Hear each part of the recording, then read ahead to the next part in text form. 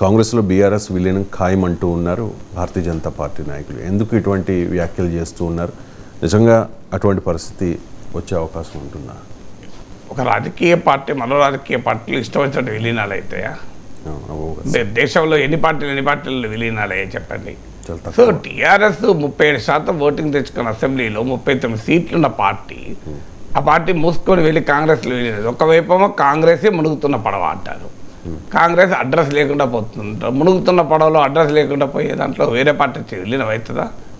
ఓనండి last 5 ఏళ్లలో 10 ఏళ్లలో కాంగ్రెస్లో ఎన్ని పార్టీలు విలీనం అయ్యి చెప్పండి. సో ఒక బేసిస్ మన రాజకీయాల్లో విమర్శిస్తాను ఏంటంటే బీఆర్ఎస్ దెబ్బతింటోంది అని చెప్పడానికి, బీఆర్ఎస్ కాంగ్రెస్ ఒక్కటే అని చెప్పడానికి, బీఆర్ఎస్ కాంగ్రెస్లో విలీనం అవుతుంది. ఎందుకంటే ఇది నరేంద్ర మోడీ మహారాష్ట్రలో శరద్ పవార్ వ్యాఖ్యలపైన కామెంట్ చేశాడు. ఫస్ట్ శరద్ పవార్ అన్నది ఏంటంటే ఎన్నికల తర్వాత చిన్న పార్టీలు కాంగ్రెస్లో విలీనం అవుతాయని స్టేట్మెంట్ ఇచ్చాడు. సో దాని ఆధారంగా చేసుకొని ఎన్సీపీని శివసేనను కాంగ్రెస్లో విలీనం చేస్తున్నారంటూ మోడీ విమర్శించారు. అక్కడితో మొదలై ఇక్కడ తెలంగాణలో బీఆర్ఎస్ కాంగ్రెస్లో విలీనం అవుతుందని 2014లోనే ఈ ప్రపోజల్ వచ్చింది విలీనం చేయమని. కానీ ఆ రోజు తెలంగాణ ఇస్తే విలీనం చేస్తాను అన్న కేసీఆరే ఆ తర్వాత విలీనం చేయలేదు. 10 ఏళ్ళు అధికారంలో ఉన్నారు. ఇవాళ బీఆర్ఎస్ కాంగ్రెస్లో విలీనం చేసి కేసీఆర్ రేవంత్ రెడ్డి క్యాబినెట్లో మంత్రి అవుతారండి?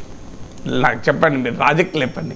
కేసీఆర్ ఏమైపోయి మీరే చెప్తున్నారు దేశంలో కాంగ్రెస్ రాదు అని, దేశంలో కాంగ్రెస్ లేదు అంటున్నారు.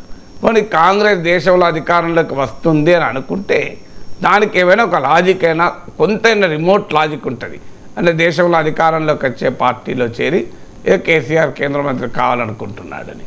సో మరి దేశంలో కాంగ్రెస్ లేదు, రాష్ట్రంలో రేవంత్ రెడ్డి క్యాబినెట్లో కేసీఆర్ పోయి చేరడు, బీఆర్ఎస్ ఎట్లా బీజేపీలో విలీనం అవుతుంది? ఏ ప్రాతిపదిక మీరు చెప్తున్నారు? సో దానికి బీఆర్ఎస్ కాంగ్రెస్ భవిష్యత్తులో పొత్తు పెట్టుకుంటాయి అనే విమర్శ చేసినా అర్థం ఉంటుంది. బీఆర్ఎస్ కాంగ్రెస్తో పొత్తు పెట్టుకుంటుందా, బీజేపీతో పొత్తు పెట్టుకుంటుందా, భవిష్యత్ రాజకీయాల్లో బలాబలాలు నిర్ణయిస్తాయి. కానీ విలీనం అనేది ఒక పార్టీ యొక్క అస్తిత్వాన్ని కంప్లీట్గా వదిలేసుకొని ఇంకో పార్టీలో చేరడం అంత సులభంగా ఒక పార్టీ మరో పార్టీలో, అది కూడా 10 ఏళ్ళు రాష్ట్రాన్ని పాలించిన పార్టీ, ఇప్పటికీ కూడా పార్లమెంట్ ఎన్నికల్లో ప్రతికూల ఫలితాలు వస్తే తప్ప స్టిల్ ఒక ప్రధాన ప్రతిపక్షంగా 2% మాత్రం ఓటింగ్, కాంగ్రెస్కు 39% ఓటింగ్ ఉంటే బీఆర్ఎస్కు 37% ఓటింగ్. సో 37% ఓటింగ్ ఉండి 39 మంది ఎమ్మెల్యేలు కొంతమంది వెళ్ళిపోయినా ఉండి రాష్ట్రంలో ఇప్పటికీ కూడా ఒక బలమైన రాజకీయ పార్టీలు ఒకటిగా ఉండి వెళ్ళి కాంగ్రెస్లో ఎందుకు విలీనం అవుతుంది?